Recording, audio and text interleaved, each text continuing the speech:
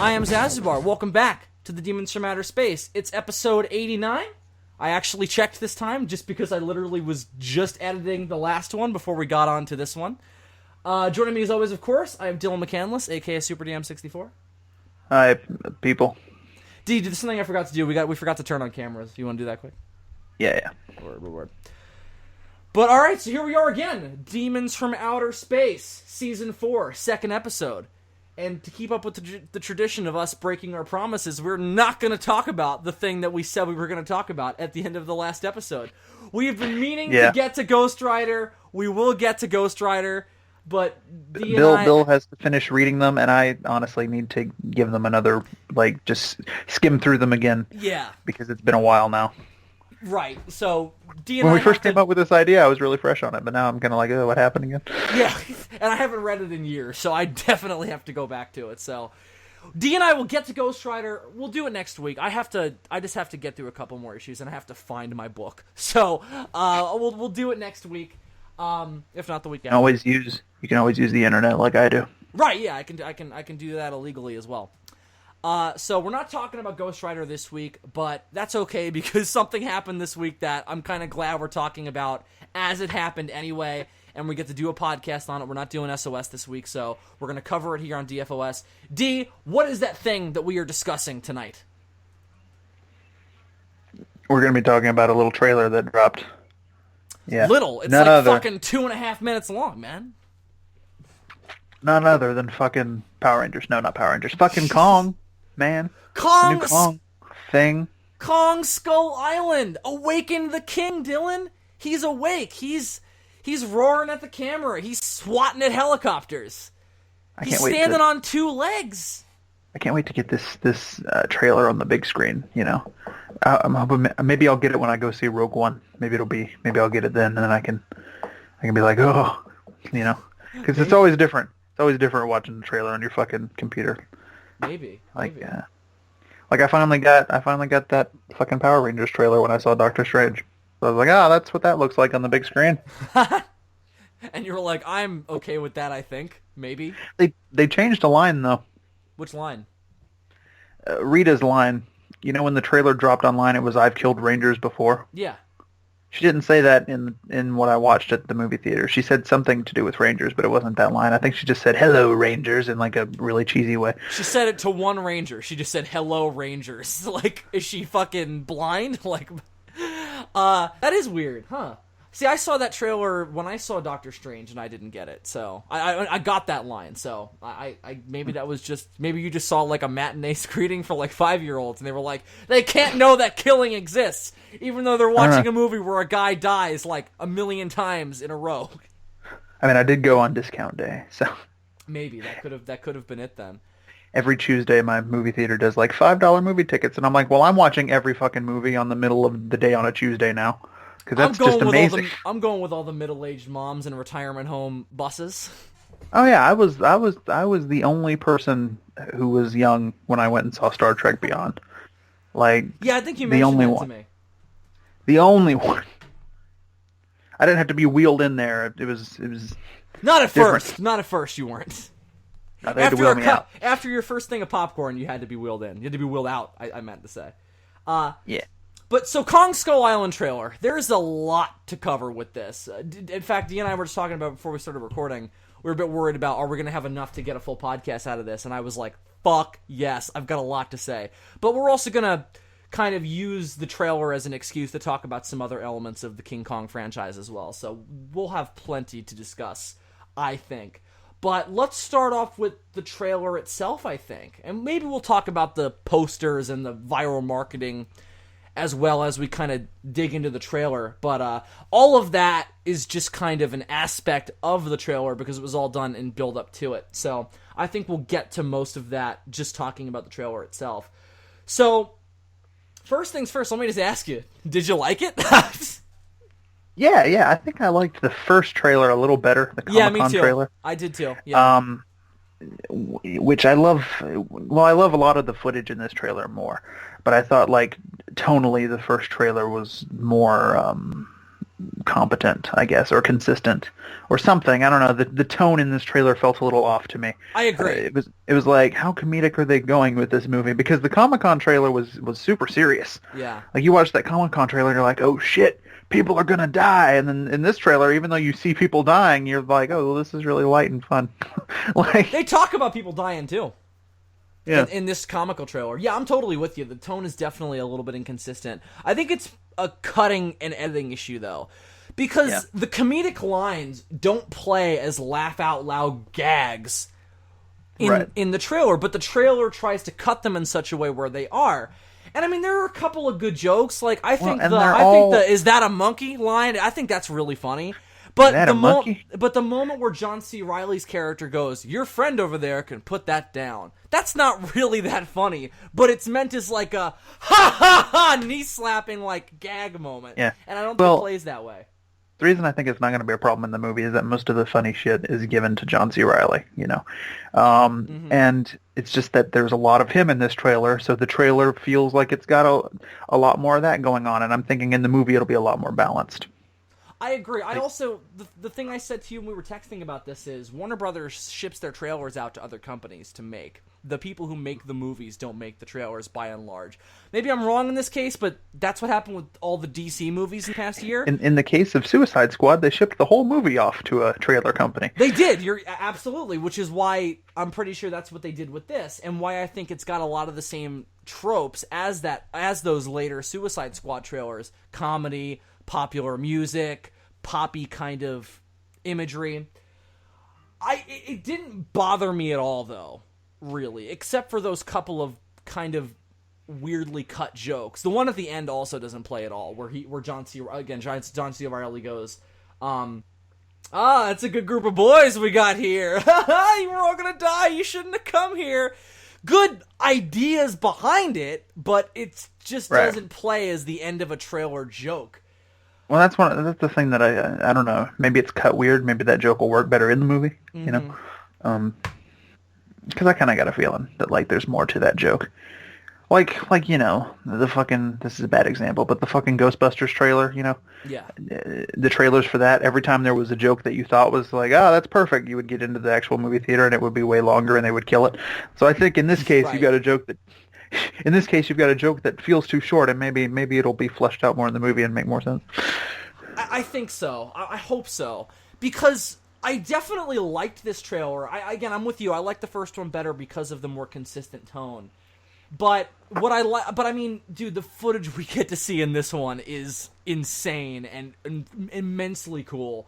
And I think I'll be more likely to rewatch this one, obviously, more than the first one, because boy, do we see a lot of Kong. And I think that's what sets this trailer apart from the other one, and what I also think makes it different and maybe more exciting than 2014. We'll talk about Godzilla and Godzilla 2014. I mean, when I said that. Another thing I like about this trailer is I feel like it doesn't have too many black frames. You know what I mean?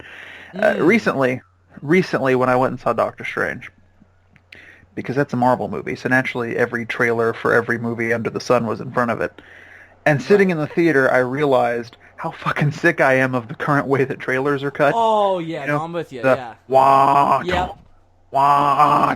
black screen, thing happens, black screen, I'm so fucking sick of it. And I feel like this trailer has a little bit of that going on, but at the same time they show you so much shit that it's like it works better, I think. I really think that it's a testament to how good this movie probably is, that the quality of the footage that it shows totally overcomes the really kind of clunky editing of the trailer.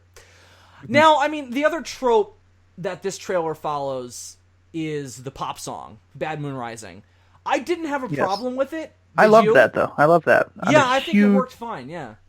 I'm a huge CCR fan. CCR is very of the time, and I think Bad Moon Rising is a good choice. It's sort of a song that talks about like foreboding. It's sort of a happy-go-lucky song in terms of the instrumentation, but when you listen to the lyrics, it's like, shit's about to go wrong. So it works for like this. Oh, we're going on an adventure to an island. Oh shit, is that a monkey? Yeah, it works. Yeah, definitely. Plus, I think Fortunate Son would have been too on the nose. So Yeah, I mean, this movie is clearly going for a very Vietnam kind of tone, and it's probably going to dip into Vietnam allegory in terms of the content of the narrative and the themes that I think it will play with. So I think the tagline of the movie is "We don't belong here." Yeah. It's a Vietnam allegory all the way. Like, there's just no doubt about that. Absolutely, and I think that Bad Moon Rising is a way to make that very clear to the audience from the get-go. And of course, I mean, the opening of the trailer is also about how they are potentially morally ambiguously dropping bombs on this island, and how that's a very bad idea, Jurassic Park 3 style. So, I definitely think that's overt. Do you like that? Are you okay with that? Do you think that could lead to some trouble? How do you feel about making a King Kong movie that's a Nam-allegory? I think that works fine. I mean, this movie actually, they actually did some filming in Vietnam, actually. Oh, did they really? That's awesome. Yeah, they filmed in 3 places. They filmed in Vietnam, they filmed in, I think, Hawaii. They definitely filmed in Hawaii, yeah. And they also did some filming in the Australian rainforests. But yeah, they actually got a lot of footage from real Nam. Like, I watched some old Comic-Con panels this past weekend, so it's gonna feel really authentic. I think it works, the Vietnam allegory. I like the idea that it's not just, oh, we showed up on an island and oh, there's a monkey. Like, he has a reason to be mad, and that's good. Yeah, no, that is good. That is good. I think that it's also a natural progression of what the original was about, because Carl Denham is just this shady filmmaker. He takes all these sailors into something that they are not prepared. Well, they're prepared for it, but they don't know what it is. They're not mentally prepared for it. And of course, he pays, they and then him by consequence pay the price for it. So I think that it's perfectly natural to take that story, set it in a different time period, and make it an allegory for Vietnam.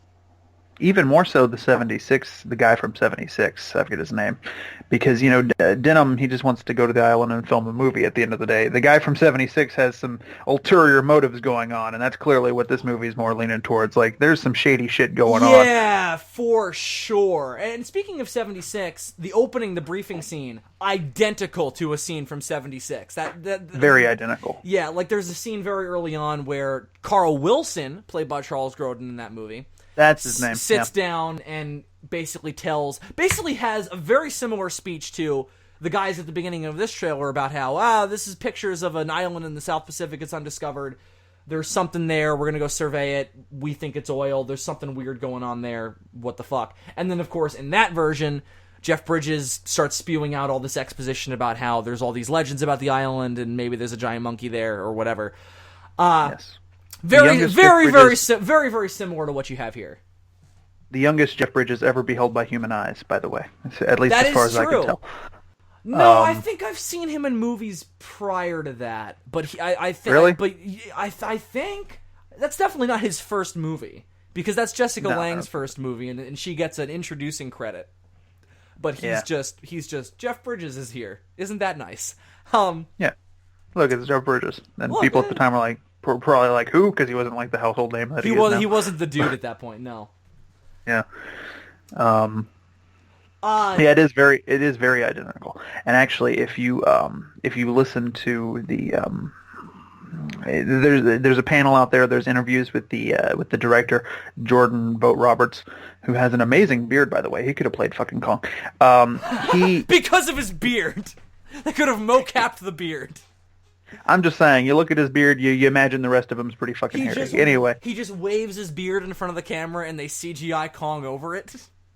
Yeah, like Google an image of this guy. It's an insane beard. He walked out on stage at the Comic-Con panel and I was like, taken aback. Like, I did not understand. Anyway, what was I saying? I'm looking this up. He was asked questions about why set the movie in the 70s, and he mentions the fact that satellite technology was like a new thing at this time, and so it's the last possible time that you can realistically say that maybe there were some undiscovered land masses on the Earth, because you can never pull that off now, because we've got satellite images of the entire Earth. We know where everything's at. Right. So the 70s is really the last time you can get away with that idea. And then you rewatch 76, which we both did last night. Yeah, I didn't watch all of it, but I watched like the first 40 minutes or so. You rewatch 76, and that's exactly how they find the island in that movie. Mm-hmm. It's satellite images, new satellite images. And I mean, they don't pretend like they're the first ones go. I mean, fucking Wilson thinks that they're the first ones that are going to be there. He says, "Oh, this island that's never been walked on by human feet." But then Jeff Bridges is like, "Nah, there's people have been there before." And obviously, that's clearly supposed to be the implication here, that this is an island that people have obviously waywardly come across before, and it has always gone bad for them. And that's part of the draw of what brings our current characters here. By the way, fucking Kong Skull Island director's beard, yeah, it's pretty luscious, pretty glorious. It's pretty amazing. Yeah, I'm pretty impressed. So I'm really excited about all the 76 parallels. I know you are too, because I said this to you texting yesterday. I'm glad that we're not pretending that 76 is a 98 level bastardization of the King Kong franchise anymore, because it's totally not.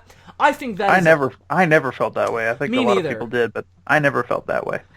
That was the movie's reputation. I think the movie's reputation sort of got damaged by the sequel, which I don't even think is as bad as a lot of people make it out to be. But no, I enjoy elements of King Kong Lives as well. I do think that is definitely that's not. But I think 98 bastardization is not necessarily even god awful, because I don't even think 98 is a god awful movie. I think more of it is it's a different kind of bad adaptation, and I think that 76 has that reputation because it takes it out of the 30s. Kong's got no dinosaurs to fight. He looks very different. The island itself is very different. The characters they have the same roles, but they're all different focus. I think that's why it has that reputation. That being said, those changes made in 76 are infinitely more interesting and done for better reasons than anything that was done in 98. Because most of them have a legitimate reason. They didn't do dinosaurs because they couldn't fucking pull it off realistically with what they were planning to do with the effects. Exactly. All of the changes that they make in 76 are done for the purposes of updating it for the 70s. You know, they didn't want to set the movie in the 30s again. They wanted to update the story. And yeah, shit's going to have to change when you do it that way. For instance, you can't really pull off the whole "I'm going to go off to a mysterious island to film a movie" thing in the 70s, because that's just not how movie making was done anymore. Right. So you have to invent another reason for them to go to the island. Oh, there's oil there, and then you tie it into like some social commentary about the 70s and how like we were running out of oil and shit. Now, as I said to you yesterday, I do think that while it has its moments as a way to as a conceit to get us to Skull Island in that, it's really dumb, and it makes the movie feel it dates it a lot more than I think they thought it would at the time.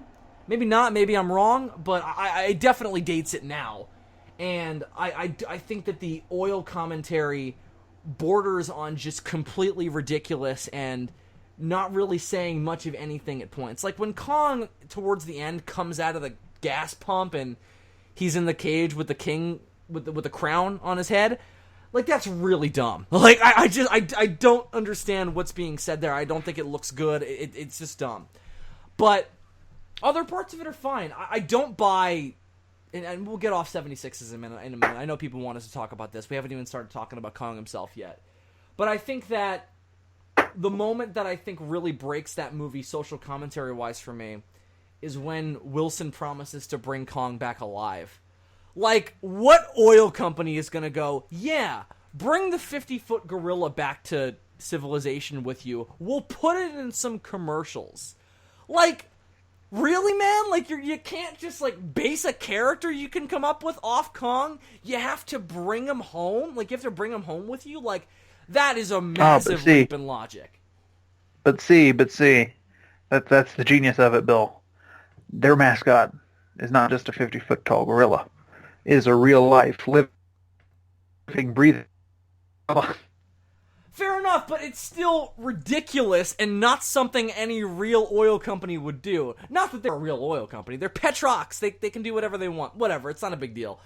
I'm just saying, if the Green Giant Corporation went to a deserted island and found an actual green giant, that would be some great PR. I don't think they would capture him, though. I think they would release a story that's like, can you fucking believe we found something that looks exactly like our mascot? How crazy is that? we're seriously fucked up by this. We don't know what the hell this means. But I don't know if the Green Giant is based on a real legend or whatever. I don't really care. But I don't know. No. I don't know. I don't know. The man sells peas or something. I don't know. Who the fuck knows? But yeah, why don't we get back to the trailer itself here? Well, another 76 thing that I noticed though in the trailer though, so it is connected. When I watched the trailer for the first time and they explained the whole like seismic charges thing, they're dropping bombs out of the helicopters to like map the island. I thought, okay, that's an interesting idea. Not even original. Comes from 76. It's just a throwaway line in 76. When they first get on the island, somebody asks Rene Auberjonois, who's an actor, they ask him something about the seismic charges, and he's like, yeah, we're going to map the geological structure of the island. So that's another 76 idea that they just threw right into the new movie. Yeah, I figured that because also 76 has the radar that pops up throughout the movie. They use that to monitor where Kong is on the island. Exactly. Why don't they pick up the snake on that? I don't know. Well, they weren't at the cave though when that happened. No, but I'm saying the only human involved in that scene was Jessica Lange. No. Here's what I'm saying though. When they read the map of the island, like even initially when they first see the red blip that represents Kong, why don't they also see a red blip that represents the giant snake? I mean, they're around the same size. If the whole reason why they're seeing the red dot is because Kong is so big, why don't they also see the snake because of how big it is? You know what I'm saying? It's a good question. Maybe because it's so low to the ground, the radar doesn't pick it up or something. I don't know. That's possible. I'm gonna chalk it up to lazy writing, but sure, that works too. But you know, I definitely think that is another reference and a clever reference as well. I like all the. I mean, this is kind of just comes with setting it not in the 30s, but I love all of the technology that this update allows you to put up against Kong. Like in the original, it's just guns and knives and gas grenades and stuff like that, which again, it works for the time, it works for that more kind of old school fantasy adventure vibe. But with this is more of a straight up sci-fi monster movie, and so is 76 to a certain degree. So seeing all that modern day technology go up against Kong, there's a certain degree of just interest and just badassitude that goes along with that. So I really like seeing King Kong swat down some Vietnam era helicopters. Like, that's fucking awesome. And seeing him people throw grenades at him and flamethrowers and stuff, like, that's insanely cool. That almost, to me, feels like a fuck you ending of 76 moment when King Kong's just, like, wrecking some helicopters. A bit, yeah. And, I mean, I find it cool. Especially since he's twice as tall as 76 Kong. Like, we went from 50 feet to 100 feet. Yeah, definitely. And funnily enough, that's exactly how high above 76 Kong the helicopters were, because at one point the guy's like, we're going to do a holding pattern 50 feet above him, so like it would have been 100. Wow. Which turns out to not be enough, because he jumps up at one point and bashes one of them. Yeah. Or is that because one of them, or I vaguely remember one of them like gets cocky and tries to go in lower, and that's when Kong destroys. I don't remember. It's been a while since I watched the ending of that. Pretty sure there's only one helicopter left by the end of it. Yeah, well, so maybe he destroys a couple. Oh, he throws something at one of them, and then he hits one of them with his fists. Anyway. Well, there's one moment where one of the helicopters like spirals out of control and crashes into the side of the building. Topical. And the whole time Jeff Bridges is like, "Yeah, get him!" And I'm like, "He killed the guy." Kill all your fellow man. Well, he's a hippie. They don't have any feelings for other people. Jeff Bridges, you were the worst environmental activist since fucking guy from Jurassic Park 2 taking away everybody's bullets. Yeah, he is a lot like the guy from Jurassic Park 2. What's his name? Fucking Vince Vaughn. Yeah, what's his name in that movie? Oh yeah, Vince Vaughn. D, what do you think they're going to the island for in this? To find the monkey. But D, the first thing one of them says when they see the monkey is that a monkey? So clearly they're taken aback by that.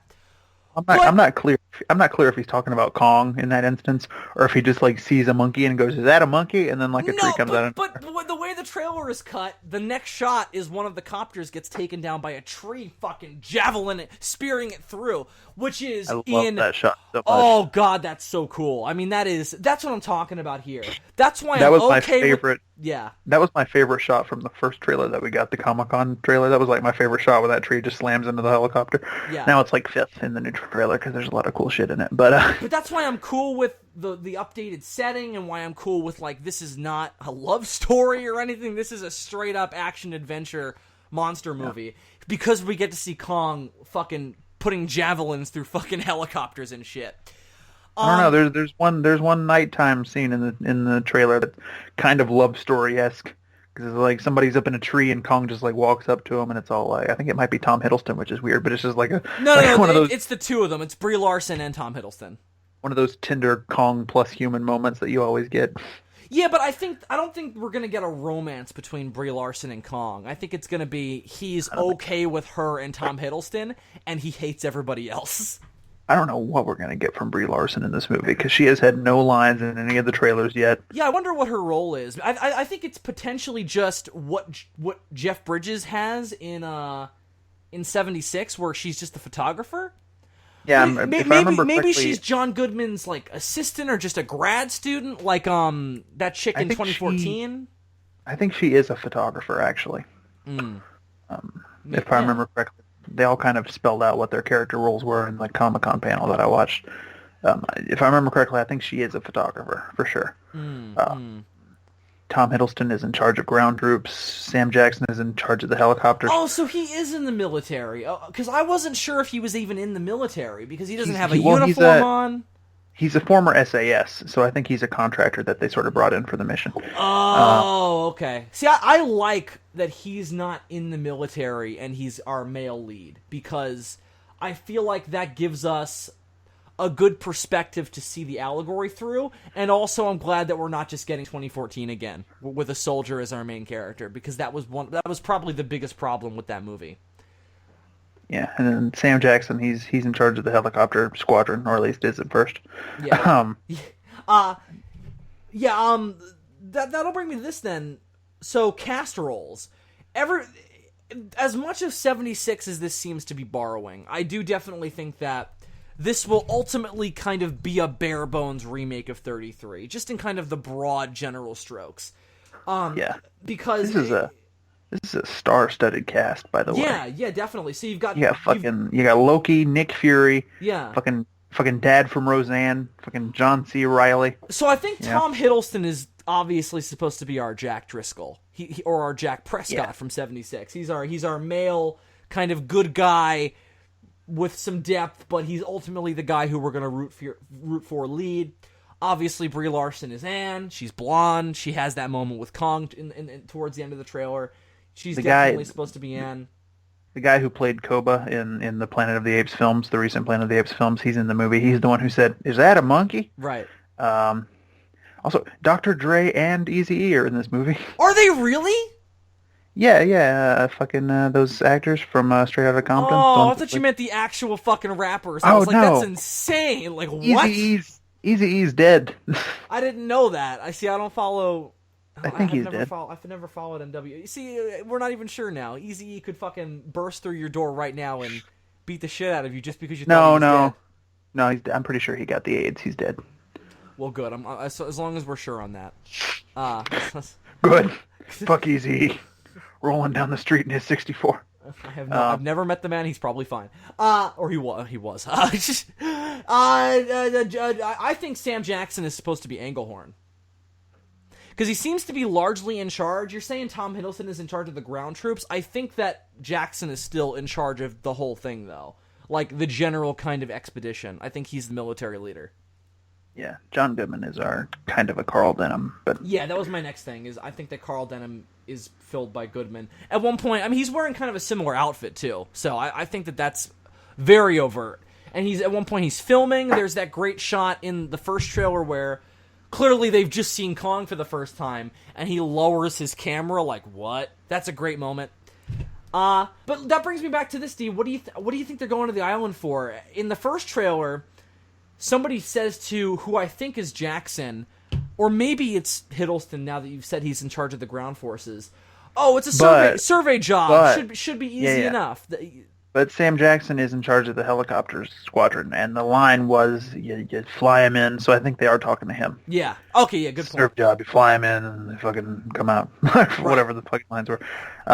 So they clearly just think they've discovered a new island. It could be occupied by some kind of enemy force. We need to go check this out. Let's go take a look. They bring the military with them. I wonder how they're going to explain, or if they're even going to explain, the fog bank in this movie. Or the storm front that sort of shields the island. Like, that was another cool thing about 76, was, like, the oil thing also kind of explained the fog bank. Yeah, that was real dumb, because why isn't the whole island foggy? Because, you know... Because, yeah. No, Dylan. No! Fuck that. Because fog tends to... You see why I don't like the oil shit in that movie? See, Because doesn't fog tend to, like, cling to the ocean, you know? Like you know, fog likes water for some reason, you know? Kind of, but even still. Yeah, it'll roll out to sea, but it'll move in that case. It doesn't just sit there. Well, it is rolling out. It's just that it's constantly producing more, so as a result, you have, like, a fucking fog bank that never goes away. But you see the fucking pools of oil pluming out smoke. You'd think that the whole island would look like that if that's what's causing the fog. Also, there are moments where other parts of the island are pretty fucking foggy. Let's be real. Like Kong's Mountain looks foggy, I guess, but that's at night. Like, the rest of the island is a fucking tropical paradise. Like, oh, I'm wrong. Okay, you know what? It is explained, because the entire island is surrounded by cliffs. Right. Okay, so I am wrong. All right, no, it's explained. Fuck. Yeah. Explain. Fuck. See? 76 had me again. Damn it. God damn you, Dino De Laurentiis and John Gillerman. You don't like that oil shit, but they knew what they were doing. Yeah. I think in this one though, in Skull Island, I think it's supposed to be that it's volcanic, and I guess the oil was also volcanic a little bit, but I think it's volcanic and it's connected to where the enemy monsters come from in this, the skull crawlers, as they're called, because they clearly are like living in some kind of weird volcanic underground like tunnel system. And when there's that shot where like one of the soldiers goes up to one of the holes that they come out of, and it's smoke coming out of it, and when you look down, it's got all this weird light and smoke and shit. So I think that that's connected to where the fog comes from, but I'm not sure. Who knows?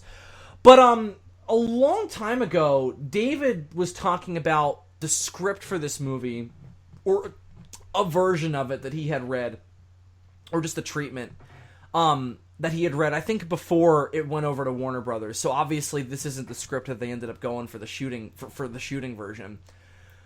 Where the reason why they go to the island is because there are stories that there's some kind of like fountain of youth type deal there, some kind of like enzyme or plant that allows you to live forever, like it's eternal life, cures diseases and shit, and that's what brings them there. It doesn't seem like that's what's bringing them there in this. John Goodman, who seems to be the only one who knows why they're really there, just seems to be there because he wants to prove that monsters exist in this world. And Kong and all the creatures on the island are obviously his motivation to get there. So I don't think that if that is still in the mix, I think that that's going to be a reveal. Maybe John Goodman is even lying about the monsters being the reason he's there. I doubt it. It genuinely seems like he's coming in his pants over Kong. Hell, maybe John C. Reilly's character went to the island in the first place during World War II because he heard stories about a fountain of youth type of deal. He is a lot older than anybody else there, remember? It's true. I really think he probably just, like, crashed there during the war, Probably. Either a shipwreck or a plane crash or something like that. You can tell by his garb that he's definitely from World War II. Yeah, you're right. At one point he pulls out a sword, which I'm assuming he took off of a dead Japanese. But, I don't fucking... He could have had that, too, though. U.S. soldiers had swords, too. I think. Time? Did they? I think some of them did. Maybe it could be a machete, though. It doesn't necessarily make it a sword. It looks more of like a machete to me. Like, if he had been there since the Civil War, I probably could have bought it. It wouldn't have looked like that then. It would have been a lot longer. Right, yeah, it would have been a fucking, what you call it, the fucking, Like you know a what I'm talking. Zorro sword, yeah. Yeah, yeah, it's not a cutlass, though. Because I cutlasses, don't, I do not know. I have because no fucking cutlasses clue. You're have asking that the wrong kind of guy. handle on them, but at the same time, they're wider blades. They're A longer rapier. though. A rapier, yes. Sure. um, so I think that Goodman. We'll talk about this a little bit more when we talk about how this is connected to Godzilla. I think that Goodman, though, I know for sure at this point, given the viral marketing, that Goodman works for Monarch. So I think that he knows that there are stories that there's a giant fucking monkey on this island, and he wants to go find out what the deal is and prove it and make this big contribution to science by proving that giant monsters are a thing in this world. Obviously, since Monarch has covered up every other instance of giant monsters in this universe, like Godzilla. Yeah, we were talking about this. I think if he does work for Monarch, he's definitely going rogue.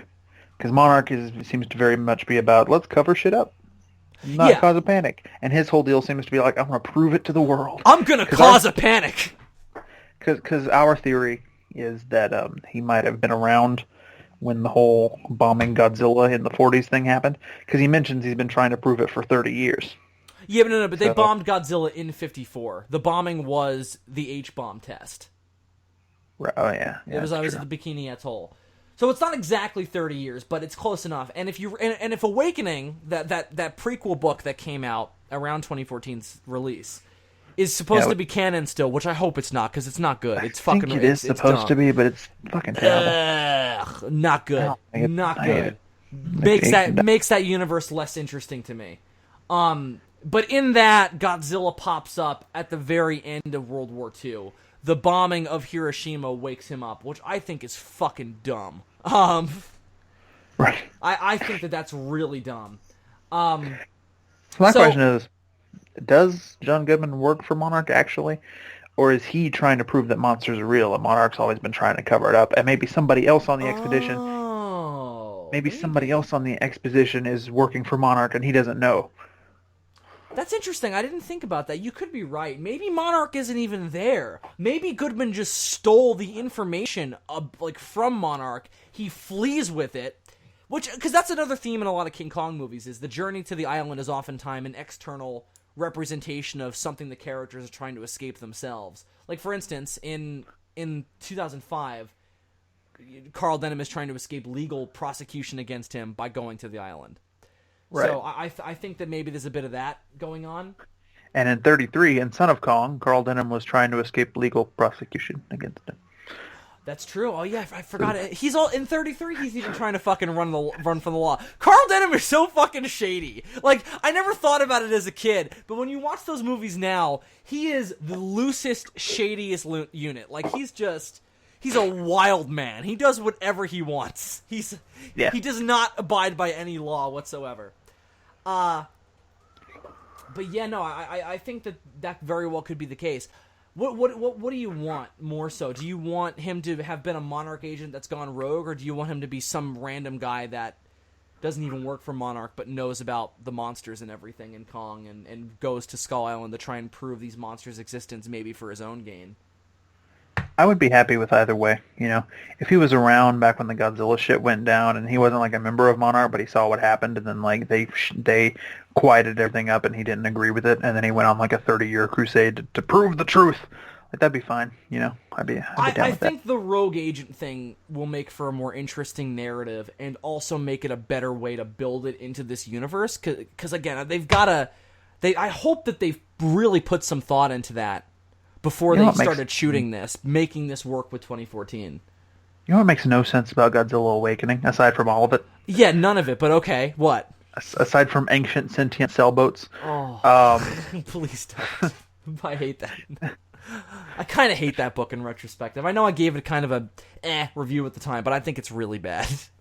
If Godzilla woke up in like 45... The why in the movie does Serizawa say in 1954 we awakened something? No, that's why it doesn't make any sense. That's why it shouldn't be canon, because the explanation for what wakes up Godzilla is different in the movie. 1945 we awakened something. Also, I don't buy him. Also, I don't buy him being 70 years old. No, definitely not. That's why I don't think I think Awakening is based on an earlier version of the 2014 script, and I think that's why it doesn't really work as canon. So I hope it's not. Because in 2014 they explained that what woke Godzilla up was not a bomb, it was a nuclear sub. In fact, I would kind of prefer it if it was a bomb, so we can maintain that element of the continuity. Not of the 2014 universe, but just of Godzilla canon in general. But I like it. I like him being a post World War II thing better because it just makes more sense with what he's supposed to be a metaphor for. You know what I mean? Yeah. For nuclear advancement after the introduction of it in World War II. If you're not going to do bomb, though, nuclear sub is a close second. You know, that's kind of a definitely. I like kind of a 91 callback in a way. Yeah, no, that is a good point. 84 even as well. I think that it's a clever way to make it mean something else while still having some similar themes. I know we're talking about Godzilla now and not Kong, but they're the same universe now, so it works fine, I think. Yeah. It also makes more sense because Godzilla was underwater. Yeah, so, yeah, definitely. Why would a bomb on the surface wake him up? There are definitely merits to it. I think one of them being that we never could have gotten down that deep without the aid of nuclear energy. So there's a degree of, well, we can't advance our society without using this horrible, destructive thing. And Godzilla's making us pay for that. But I think by changing the origin... It's less kind of raw imagery than a bomb is, I think, obviously. I think by changing the origin and making him no longer a dinosaur, like, the bomb thing doesn't really make any sense anymore. Because if he's deep under, on like the ocean floor, feeding off radioactive isotopes that come through undersea vents or some shit, then a bomb on the surface shouldn't really affect him, like, at all.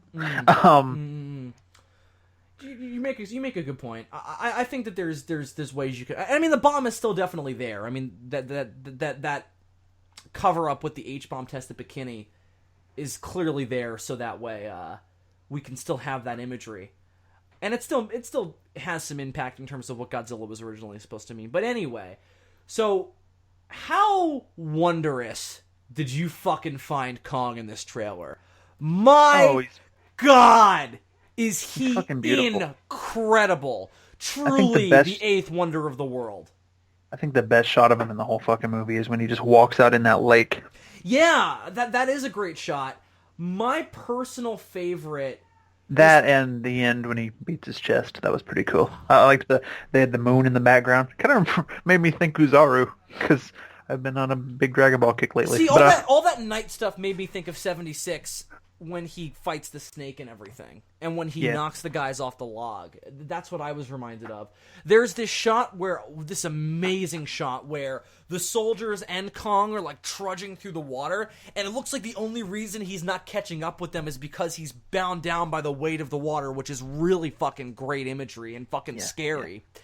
And he just fucking smashes his fist down into the water. He's on fire, and there's people running. That's a great shot. And his teeth are bared in a way in that shot. Like his lips go up, and his teeth are bared in such a way that we only ever saw with 76. And I think that's insanely cool. I really wonder, was there mocap involved with this Kong? I would say definitely. Because the performance definitely the face. Because just based on the trailer alone, the performance seems pretty nuanced. If it wasn't and they pulled it off with just traditional CG, that's very impressive. But I feel like there might have been some mocap involved. That one shot, and I wish they hadn't spoiled it before the trailer came out, because they had those little like 9-second clips on the internet that they were using to market the trailer. Yeah. The mini trailers for the trailer. Yeah, they put too many of those out. But that 360 shot where you turn around on Kong's face and he roars at the camera, that's fantastic. That is a great shot. Very 2014, which I think we're in for some great cinematography. Yeah, movie. Definitely. And again, I think stuff like that was done because this is a follow-up to 2014, and one of the biggest praises of 2014 was how the scale of the monsters was shown with real-life objects and how Edwards angled the camera. Which I think, and this is just, I want to say this now so that way we can kind of move past it. I am concerned that if this movie has any real detractors, it will be that it'll copy some things from 2014 that didn't work in 2014, and they're just not really ready to move past them yet. For instance, at this point, I'm not worried about not getting enough Kong screen time at all. That is total. Because he is all over this trailer. Yeah, he is. Like if what we saw in this trailer was every Kong shot from the movie, then it would be a problem. But I sincerely doubt it. I'm not worried about him not getting focus in the story. This trailer is totally about him. The other animals and monsters and creatures are just kind of tangentially teased, which is fucking perfect. Fantastic. I don't want to know anything else about the skull crawlers before we see the movie. I want to find out. I really hope they don't fuck up and release another trailer between now and then that just like reveals too much. Yeah, I would be down for some more trailers, but I don't want too much more revealed to me. I think I'm done with this. If they put out another one, unless it's like spectacular, I kind of think I might just let this be it, because this trailer really sold me on this movie. A lot more so than even the last one, I think. But I will say that the things about 2014 that I am maybe worried that it'll take is the sort of structure, hitting some of the same notes. Maybe we're not going to get any real fights until like later on. Like we might get some kind of bits of them, and then they'll cut away to the people again. That's something I'm still concerned we might get. That being said, I am glad that we don't see any monster fights in the trailer, because I'd like to be surprised by those in the movie. There's no Kong beating up anything in this trailer. There's only him fighting the soldiers. And I think that that's really cool, because it leaves it ambiguous to the audience, especially people who aren't familiar with King Kong, as to who exactly the antagonist of the human characters is. Because in the trailer, John C. Reilly goes on about how, like, oh, Kong is a good king, he mostly keeps to himself, he only attacked you guys because you fucked with him first. I mean, they dropped bombs on him, so I think that that's fair. But very clearly there is a Godzilla 2014 attempt to make Kong a complex force of nature with complex feelings, who responds to situations differently depending on how he feels about them. He's not just a mindless force of destruction or a mindless killing machine or even just a dumb animal. He's got some depth to him. And thank fucking God. That's great. Yeah, I hope he has even more characterization than Godzilla had, because you kind of need it with Kong. You know, he's an ape. You know, he would naturally have more personality than a reptile would. You know, you go back to the fucking speech from '62. You know, where they compare the brain sizes. I don't think we're gonna get something like that in this version. Because Kong is a thinking animal. But we've got a very personified Godzilla in this universe. So I to be honest, I don't think Kong is gonna be much smarter or more human, he'll probably be more human, but I just don't think he's going to be any more intelligent or even more personified than this Godzilla. I think he'll get more screen time, but Godzilla doesn't do anything in that movie that you can't chalk up to instinct. No, that is true. Yeah, that is true. But I just mean in terms of when we look at him, he doesn't look like a dumb animal, you know? Mm-hmm. And again, definitely not with this version of Kong either. They've definitely given him a fire in his eyes that makes him look very intelligent. And by the way, that is one thing about the design that I think they really nailed, is the face and the head. Yeah. Like, he looks mean and imposing and powerful, but he looks like King Kong. They've maintained a lot of the specific kind of quirks of the face throughout the different designs that are not realistic to a gorilla or any kind of ape, but they're inherently King Kong. The eyebrows, the small dome on the top of the skull, the really protruded lips, the body structure. What you have is the basic facial structure of 33, the skin texture of 05. And I think 76 is like snarl. Like 76 had some mean fangs on. Yeah, I think he's got 70. His build is a mix of 76 and Toho Kong. Yeah. Which I love. I really love how we're really kind of just grabbing a bunch of different things from different versions of the Kong mythos and just kind of throwing them together into this updated version. That's what they should have done, and I'm glad that's what they're doing. D, do you agree with me that Kong looks really young? I keep hearing that. I don't know. Like, how do you look at a gorilla and say young? Like, I don't know. He doesn't have a lot of scars yet. His face is very smooth. He's clearly not fully grown, because if he is, he's got no chance against Godzilla. And I think I think that's partially why it was advantageous of them to set this fucking in the 70s, is that he's got 40 years to grow. Yeah. Even if they do have him grow more in those 40 years, though, I still don't want him to be as tall as Godzilla. I think there's no doubt that Godzilla should have the strength advantage. I want Godzilla in the fight to make use of his greater agility and shit like that. You mean Kong? Kong, what'd I say? Yeah. You said Godzilla, but yeah, I know what you mean. Oh. Yeah, no, I agree with you. Yeah, I don't want him to be as big as Godzilla, but 150 feet is not enough. Like, that's half Godzilla's size. That's not enough. He's got to get a little bigger. I think he's got to be at least 300 feet. Because, you're already stretching my imagination as far as it is. A 300-foot tall monkey might just be where I check out, Really? Yeah, but he's not a gorilla, though. He's his own thing. Yeah, but it just, I don't know. I have no problem with it as long as he's not just a gorilla. As long as it's its own species, I think you can do whatever you want, because it's whatever. It's a made-up species of animal we've never discovered, so sure, it can do whatever, as long as it's just evolved naturally in its own universe and in its own setting. Here's my question. The fuck does he eat on this island? Like, probably the skull crawlers. Do you realize, though, how much food it takes to keep a fucking elephant alive? Now imagine Kong. Yeah, but look how big this island, though. This is not... He should have picked this island clean. Yeah, but this is not But he's alone there. There's lots of big predators. There's lots of big animals that aren't predators. There's lots of foliage. I don't think he'd have a problem. It also looks like there's kind of multiple peninsulas to this island. It almost kind of reminded me of the way they did Monster Island in the IDW Godzilla comics, where it's multiple islands, but they're connected. This isn't multiple islands, but it looks like kind of multiple peninsulas slapped together into an island. You know what I mean? I don't know. I have no problem with it. I think that it's good what they've done by making him his own species and not making him just a gorilla. So I don't know. I'm fine with that. He can get as big as he wants. He was never technically a gorilla. 2005 is. I think everybody just calls him a gorilla because that's like the closest thing that you can compare him to. 2005 is just a gorilla, though. He's just a big gorilla.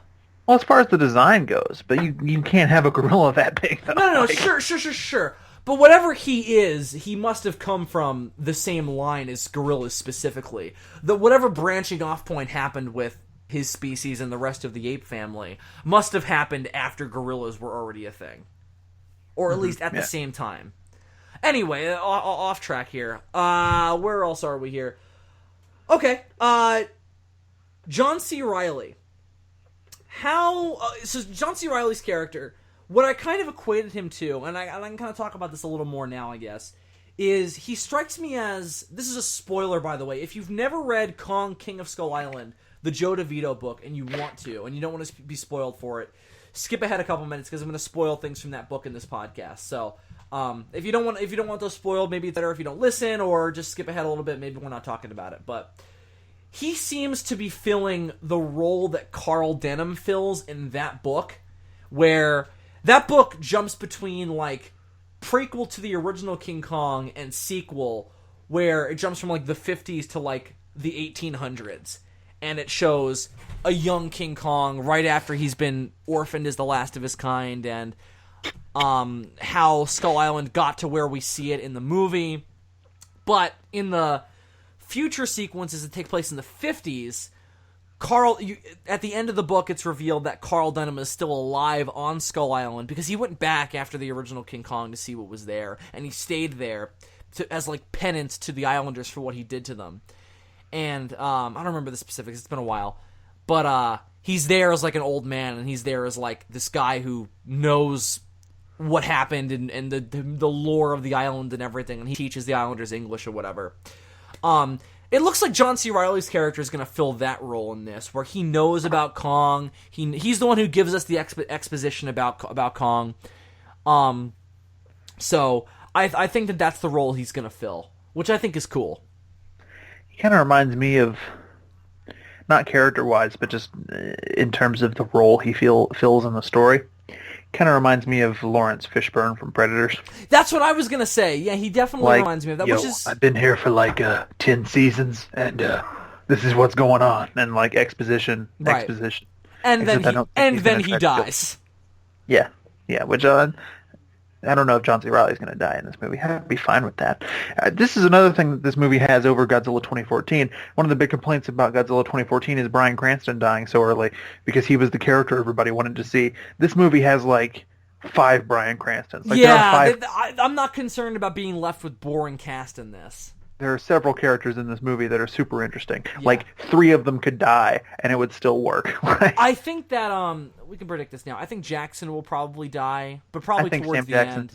Definitely going to die. I think he's going to Goodman. I think he's going to go off his hinges in this movie because of that line in the first movie where he's like, "It's time to show that man is king." Like, yeah, I think that Hiddleston and Larson and a couple of soldiers will maybe break away from Goodman and Jackson and the other soldiers at a certain point because they're all going after Kong and don't care that there are these other things on the island that are 10 times worse and will actively pursue them, whereas Kong will just defend himself and his territory. It looks like because what I also like about this trailer, cutting it wise, is that, again, we don't get any fights, and I don't think we get any piece of the ending. I think we get, like, towards the end stuff, but that all those scenes where Jackson and the military are lighting the landscape on fire and attacking Kong, I don't think that's the end. I think that's near the end, but I think that's them, like, attacking Kong before whatever big evil monster comes out of the ground that Kong is going to fight, you know? The nighttime scene where Kong beats his chest might be from the climax. I don't know. Sure. Or at least the climactic fight between him and whatever he's going to be fighting. It might even be, there's another nighttime shot in the trailer where we see one of the skull crawlers who's like way bigger than the other ones. No, we see that creature during the day, and it looks like that might be the leader. I'm not sure. I don't think we've seen all of them yet. I think we've just seen a little piece of them and what's down there. Hang on, where are we in terms of my list here? Because we might be on the topic of the skull crawlers. Let me see. Yeah, we are, so we can just talk about them. We got lots of critters to talk about. Yeah, we do. One thing I did like about this trailer over the other trailer is that we got quite a few samplings of the fauna on the island. Thank fucking God. I was so worried. Because when that first trailer, we see a triceratops skull, and we see the legs. Oh, fuck me. The legs of a big... The legs. We see the legs of a big fucking bug. And that's it. In this one, though, it's all-out shit. There's Triceratops skulls. There's King Kong's... I think it's King Kong's parents' skulls. We see fucking skull crawlers. You see Big Buffalo, which I think is awesome. Might be one of my new favorite things ever. I think that's going to be a Jurassic Park moment. Like, oh, look at the pretty herbivore. Yeah. By the way, shout out to our friend Raph and Shoma on Facebook for really getting the love for the ox monster going. Also the weird wood looking thing that we don't know what is yet, the stick bug looking thing that looks awesome. I think it's a giant stick bug. I think that's going to be a very interesting sequence. You know what I find interesting? I want to know if there's shit we haven't seen yet. Like, is there any... definitely. I think that there's shit down in those burrows that we haven't seen yet. I think the skull crawlers are just the beginning. Are there any flying terrors on this island? You know, original Kong had the pterodactyls. 05 had the big bats. I don't think so, and I'll tell you why. All of the creatures... At least like a really nasty bird or something. That would be cool. You know? I think, but I'm not sure though, because all of the creatures that aren't Kong are clearly adapted to be camouflaged. Did you notice that? The big spider has legs that look like tree trunks. The buffalo has plants growing on it. Could just be moss though. But everything looks, even the skull crawlers, I think, are supposed to be camouflaged to look like the skulls and the bones left over from things that have died on the island. I think the idea is supposed to be... But they live underground, so there's not really that much need for camouflage, honestly. I think the narrowness of the heads... I think the fact that they have narrow heads very pronounced forelimbs and no hind limbs. That's all just adaptations for burrowing. Yeah, but especially the big one, the skull, the head looks like a skull, and they're called skull crawlers. So I think that the name comes from they hang out around those bone fields and everything. It could be that they have like a really hard like outer plate on their heads, kind of like a Dunkleosteus, you know. I'm sure they do. I'm just saying that I think they adapted to camouflage because they're hiding from Kong. Mm-hmm. And I think everything is. I think everything has adapted to be able to hide from Kong. Because, I mean, that's the idea in every King Kong continuity, and they say it in this even. Kong is god of the island. And I think the idea is supposed to be that everything lives in fear of him, but it's not like a tyrannical fear. It's a healthy kind of, he's the boss, he's in charge, we've all got to stay in check so Kong doesn't come after us kind of thing. Now, kind of a Godzilla 2014 alpha predator keeping a natural balance type of thing. I don't guess the natives in this version have a wall. Not that I was about to bring up the wall, yeah. Not that the wall would do them much good. No, not against this Kong. Building a wall against a 50-foot gorilla, okay. But 100 feet, that's where... Trump would not get elected on this island if that was his only trick against stopping the immigration of Kong into the natives border. We're gonna build a wall. We're gonna make the big buffalo pay for it. They're definitely shipwreck victims, though. They're definitely not there because they're all different ethnicities. They're not just all one ethnicity. They all look different. They've all got different clothes on and everything. And that is usually the idea in different Kong continuities, that they are shipwreck victims, that they're not parts of the ancient civilization that brought the Kongs there and everything and that built the wall. Which I think might be in this as well, because the hieroglyphs don't look anything like any language we have on Earth. They look a little bit like Arabic, kind of, but even then, that's a stretch. Do you think that they're not really squiggly enough to be Arabic? Yeah. You know? Arabic is a whole lot of squiggly lines. These are a whole lot of... It's a whole lot of right angles, you know? Yeah, it looks like the Predator language to me. Or just it looks like a weird kind of like tech, like dashes and like almost like Morse code. Maybe that's it. Maybe their hieroglyphs are based on Morse code, because there is, you can see it in the background. There's a bunch of World War II era equipment and downed weaponry. The boat that they're living in is clearly like a World War II era aircraft carrier that crashed on the island. They could all be the children of soldiers from World War II, and John C. Reilly is the only one left from that era. You know what I mean? Or the production designers just had a field day when they were designing the hieroglyphs. That's maybe, but I don't know if they're really going to go into that much detail about the Skull Islander. I'm not saying they are. I'm just saying that there's got to be something behind it, because I can see what they're drawing inspiration from, and those things think about it. So I think that they're thinking about it even if they don't put it in the movie. So do you think that there was an ancient civilization on this island before these shipwreck natives that was a lot more advanced and maybe brought the Kongs there like they do in some other versions? Possibly.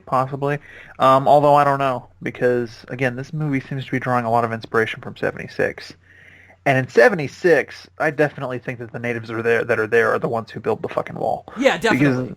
Because they go into detail about how they have to replace the dirt on the wall after every monsoon season. But that wall isn't as advanced. It's a very different wall than the original one and the 2005 one. Like that's an ancient ruin in 33 and 05.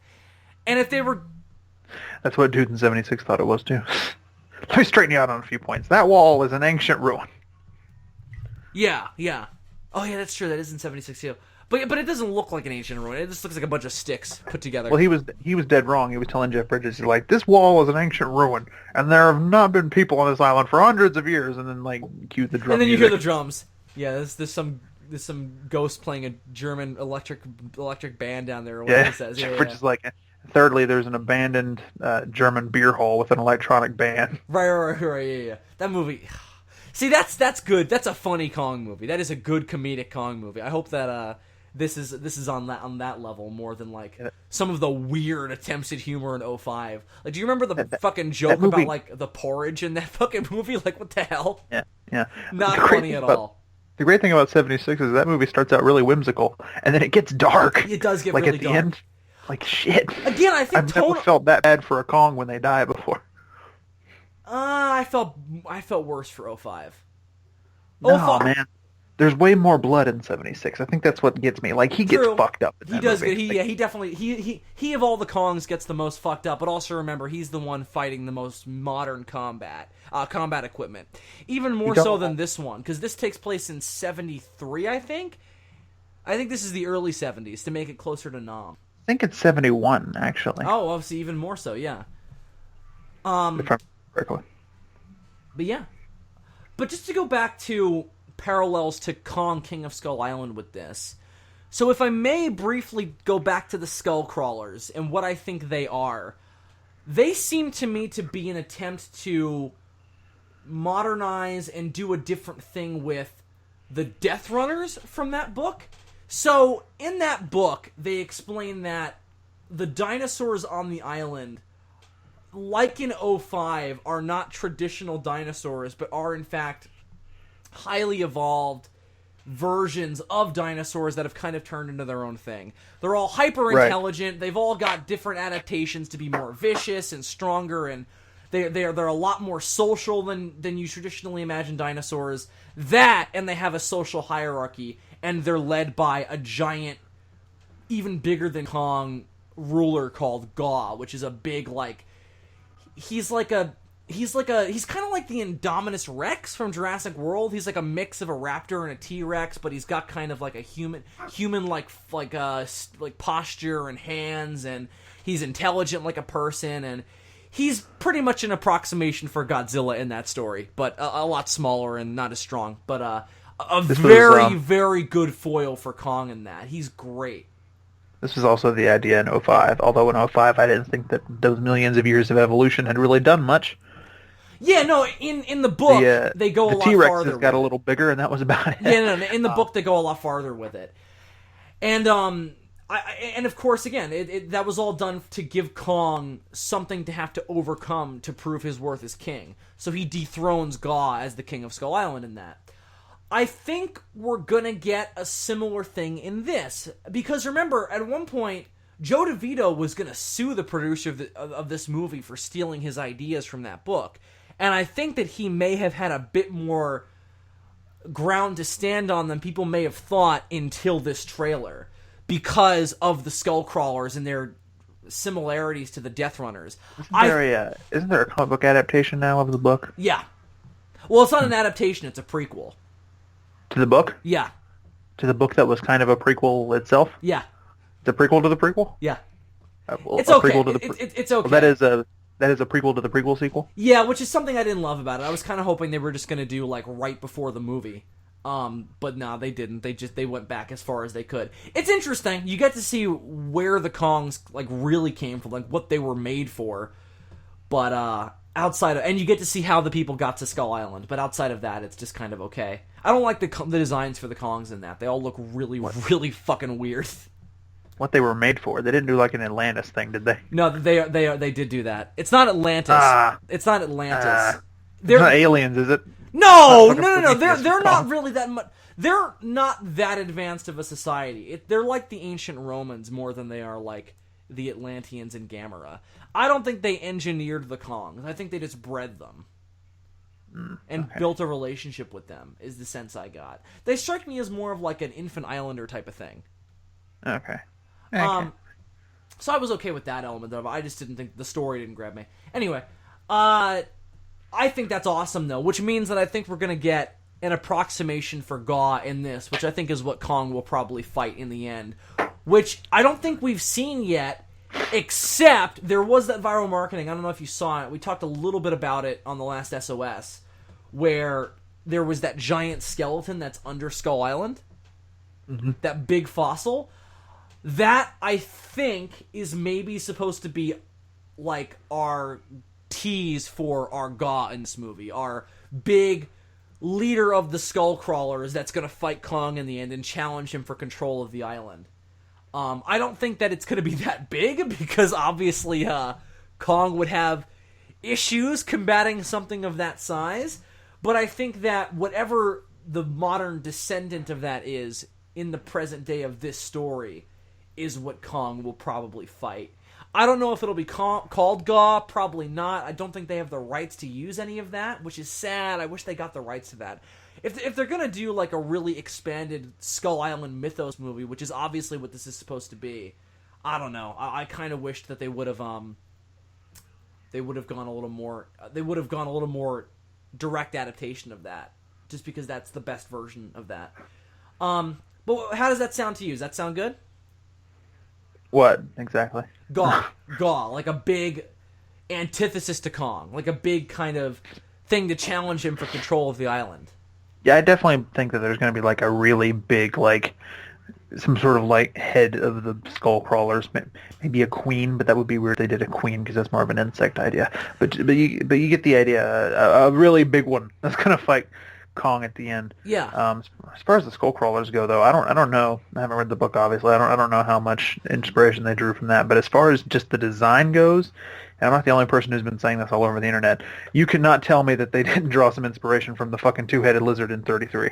Like it's so striking to have a lizard-like creature that only has two legs and the front legs. Did that lizard only have two legs? I always got the sense from 33 that we just never saw the whole thing. No. It only has it's a weird two-legged lizard. It's like some sort of weird ancient in-between lizard and snake thing. At least awesome. That's what I interpreted. That is awesome if that's what they did, because, and that's better than what I think they might be as well. And I said this to you when we were texting. They really pronounced the forelimbs on it, though. They did like large forelimbs, and I like what they did with the head. But the basic idea, I think, comes from the two-headed lizard in Kong 33. And like Andres said to me over the Facebooks, at least now we have a name to call the two-legged lizard in 33, like retroactively. Now you go back and watch 33 and be like, oh, it's a fucking skull crawler. That name also works in the context of 33 because it's living at the bottom of the pit waiting for stuff to fall into it. So it's a scavenger. So I think that works out well too. Which is what probably the skull crawlers are. They probably wait for stuff to fall down those holes and then they eat them. We're not going to get a spider pit sequence in this movie though, but I'm glad that we got a spider at least. You know, there's that is a nice that is some good compromise. I feel.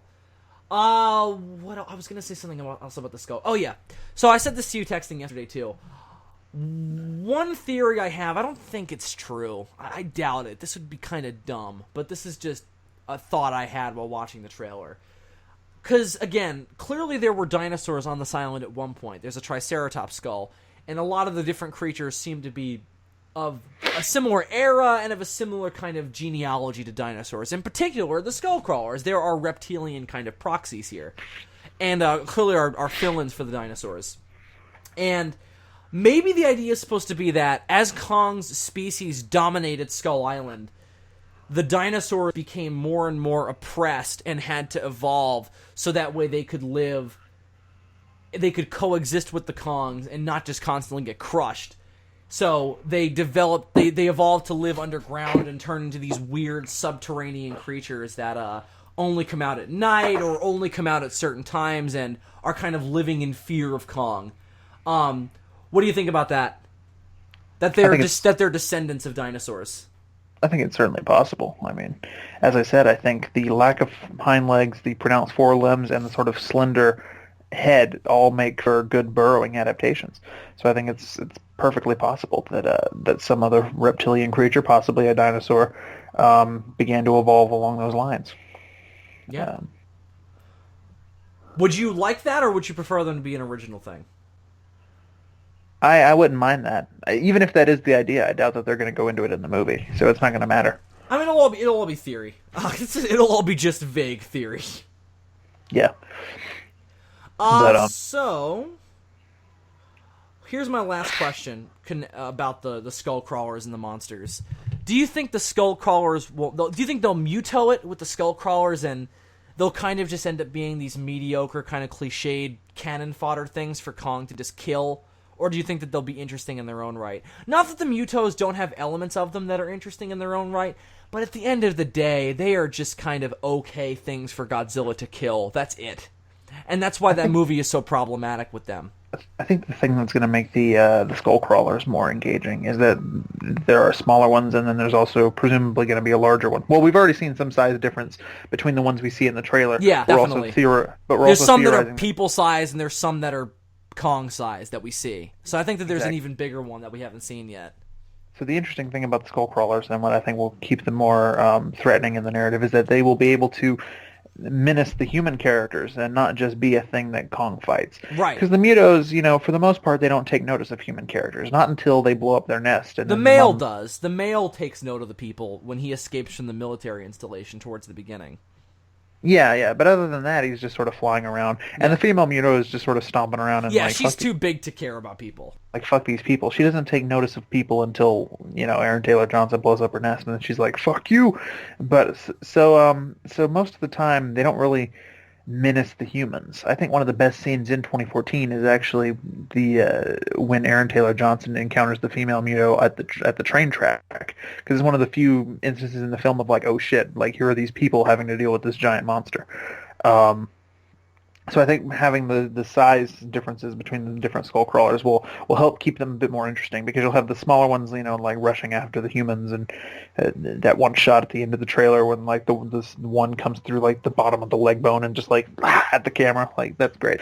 That is. But you'll also have them serving as a comparable threat to King Kong. At least that's how I think it's going to go down. Mm-hmm. Yeah, no, I agree. I think that what'll be the saving grace of them here is that they are very clearly not the focal point. It's clearly about Kong and about especially the mythos around him. I'm not concerned about that at all. Especially if we're right about him being an adolescent and that he's going to grow over the course of 40 years until he fights Godzilla. In that case, this might be their only chance to defeat him while he's still comparable to them in size. Which may give the film a sense of tension in terms of maybe John Goodman figures that out, or maybe John C. Reilly even knows that because he's been there for all this time and he maybe watched Kong grow. Yeah. Maybe. See, because we have John C. Reilly there to kind of get some sense of exposition of what the hell Kong is and where he came from, if he even knows. You mentioned before that the idea that the two dead monkeys could be potentially Kong's parents, right? Yeah, that's my theory. I stick by that. I think that that's almost definitely the case. Do you think that they were full grown when they died? Presumably they so, might, right? but maybe. But even if they did, I don't think that's an indication of how big Kong will get. Only because now that he's the only one, there is nothing to compete with him, and maybe the idea is supposed to be that, like some animals, not usually mammals, but some animals, they grow until they die. So if there's no competition, he might just keep growing and growing and growing and growing and growing until he gets to Godzilla size. So even if they were fully grown when they died, they probably weren't as big as I think Kong will get. They might not even be as big as Kong is in this movie. We don't know how time... It has to have been a while since they were killed. It must have been at least 10 years. Possibly. I don't even know if those skeletons look as big as Kong is in this movie, though. That's what I'm saying. I'm saying, problem. yeah. No, that's what I'm saying though. Is that they could also be his siblings. They could be anything. Even if there was just a throwaway line like he's already like way bigger than any of the others, like exactly. And I think that'll be cool. I would kind of be mad if they didn't do that because again, you've got to make him special in some way. That's what I don't like about this version of Godzilla in this universe is that he's not really special anymore. He's just one of a fucking whole species that can do and act just like he does. I don't like that. That bothers me. We don't even know for sure if he's the last of his kind. No, and I really hope he is. Otherwise, it's going to cause problems later. Presumably, there could be some others out there. Yeah. We don't even know, really, unless it's explained or quantified in some way. We don't even know if the one that pops up in Godzilla 2 is the same one from the first one, do we? Because they could just be a different member of the same species. No, and that has been played with in other Godzilla movies before. Like in Tokyo SOS, when he first pops up, they analyze him and they're like, we know it's the same Godzilla because he's got that scar on his chest. So even they're like, it's a distinct possibility that more than one Godzilla could exist at the same time. No movie has ever really played with that. Sadly, I kind of hope that we get one day that will. I think a sequel to Shin is the perfect place to do it. Mm. But I don't know. I doubt it. But I hope we don't get it in this version because, again, I like Godzilla being unique and special, and this version is teetering on not having that. But anyway. What they need to do is introduce Godzuki, damn it. DM, being honest with you, I think we'll get the Son of Godzilla in this continuity at some point. It's too iconic to the character for them to not address it in some way. Even in the Nolan Batman movies, where they swore up and down, we're never doing Robin, that's fucking ridiculous. They did a version of Robin.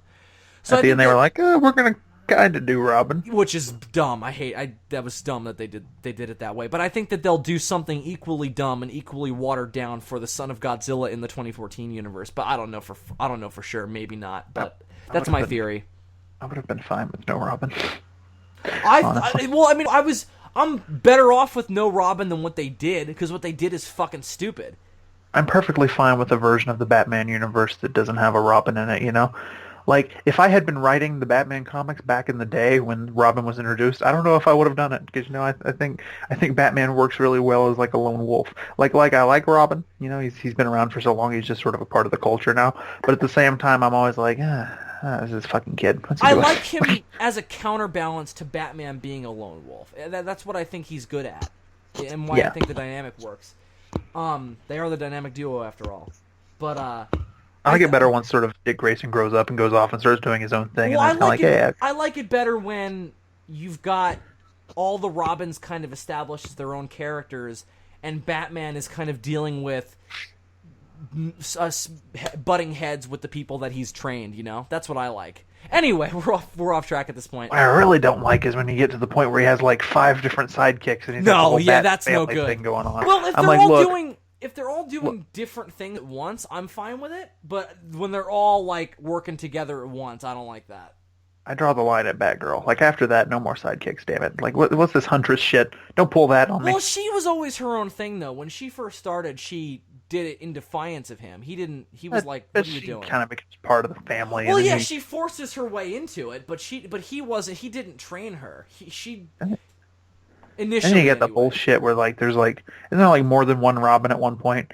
Because, like, you got the fucking, doesn't Yeah, there was the spoiler Robin, Stephanie Brown, but she was only Robin for a couple of issues, and that was because Tim Drake and Bruce Wayne had a falling out. But weren't Tim and Bruce's son, like, around at the same time for a while?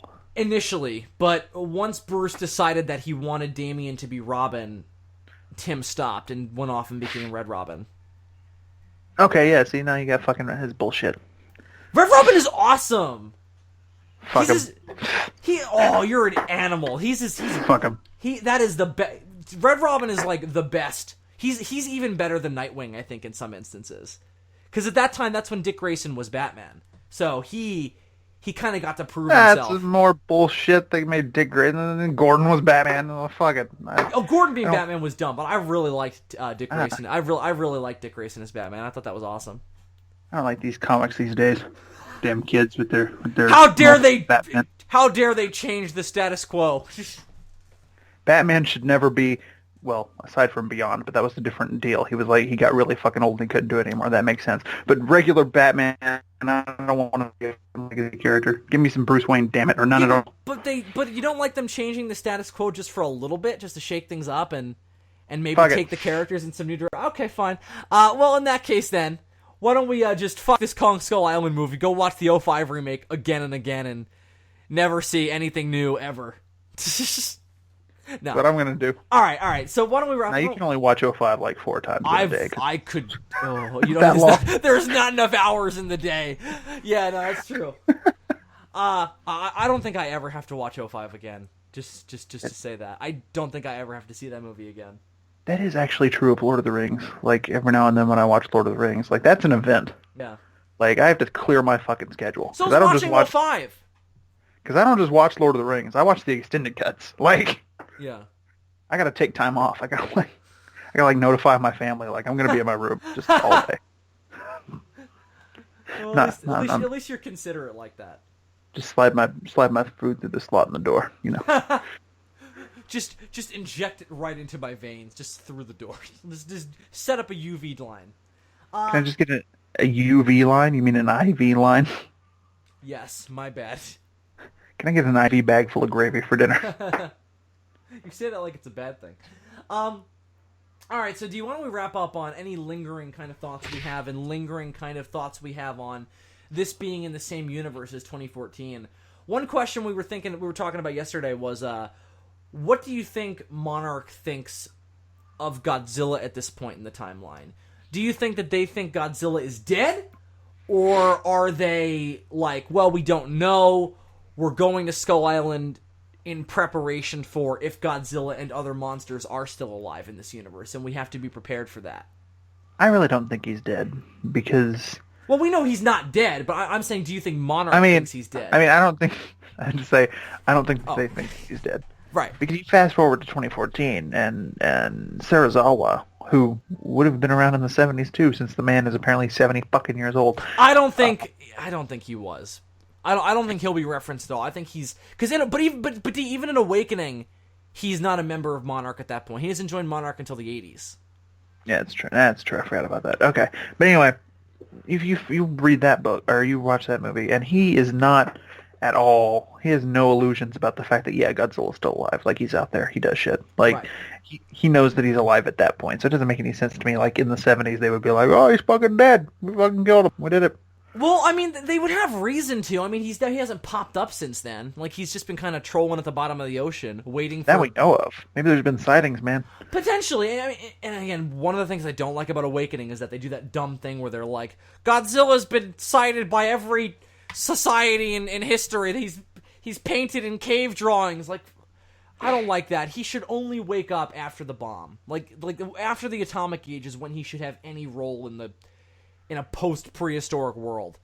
But that's just me, maybe. I don't like that part of Awakening either. I don't like most of Awakening, including the art. But what about the sailboats, man? Yeah, fuck Awakening completely. Let's just burn every copy of it. But what about that original kaiju, man? The Shinomura's okay, but it's just the Muto, though. It's identical to the Muto, except it has a slightly different power. I don't think it's identical to the Muto. It looks like a fucking stingray, but in the air. Like, yeah, but it's all about spreading its seed and shit, and about Godzilla keeping its population in check. Isn't that what we're all about, Bill? Thing.